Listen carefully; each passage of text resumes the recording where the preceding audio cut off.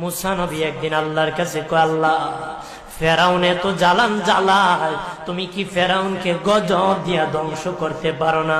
আমার আল্লাহ কয়, মুসা আমি ফেরাউনকে 4টা কারণে গজব দেই না। কয় কারণে? ফেরাউনকে 4টা কারণে গজব দেই না। 1 নম্বর কারণ হলো, রে মুসা, সারাদিন ফেরাউন বলে আমি খোদা, আর রাত যখন হয়ে যায় জঙ্গলে যায় করলাম আমি জানি তুমি খোদা, আমি খোদা না, কিন্তু আমারে মানুষ খোদা কইলে ভালো লাগে, খোদা কইলে ভালো লাগে। প্রভু তাই তুমি বিরক্ত হইয়া আমার উপর গজব দিও না। আল্লাহ বলে, মুসা রে, ওই ফেরাউনে রাত্রির দুয়ার কারণে আমি আল্লাহ তার উপর গজব দেই না। 2 নম্বর কারণ হলো, আরে মুসা তোমার মুখে দাড়ি, ফেরাউনের মুখে দাড়ি, তোমার পরনে জুব্বা, ফেরাউনের পরনে জুব্বা, তোমার মাথায় পাগড়ি, ফেরাউনের মাথায় পাগড়ি। আমি যদি গজব দিই, জুব্বার বেজ্জতি হবে, পাগড়ির বেজ্জতি হবে, দাড়ির বেজ্জতি হবে।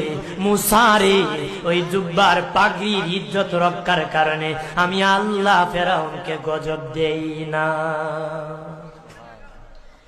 3 নম্বর কারণ হলো, আল্লাহ বলেন, মুসা রে মুসা, 3 নম্বর কারণ হলো, ফেরাউনের বাড়িতে একটা এতিমখানা আছে।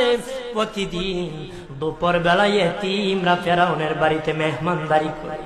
তারা খাওয়ার পরে আমি আল্লাহর কাছে দোয়া করে, আল্লাহ তুমি যদি গুসা হয়ে ফেরাউনকে গজব দিয়ে ধ্বংস করে দাও, আমরা এতিমকে কে খাওয়াইবে রে আল্লাহ, আমাদের দুয়ার বরকতে ফেরাউনকে গজব দিও না। আল্লাহ বলে, মুসা রে, এতিমের দুয়ার কারণে আমি আল্লাহ গজব দেই না।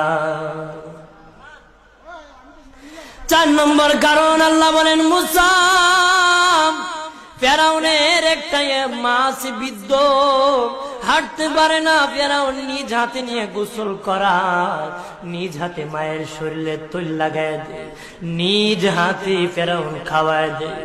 যখন খাওয়ানোর পরে মা বিছানার মধ্যে ঘুমায় যায়, ওই ফেরাউনের মা আমার কাছে 2টা হাত বাড়ায়, আল্লাহ আমার ফেরাউনকে যদি গজব দিয়ে ধ্বংস করে দাও, আমি মায়ের সেবা কে করবে?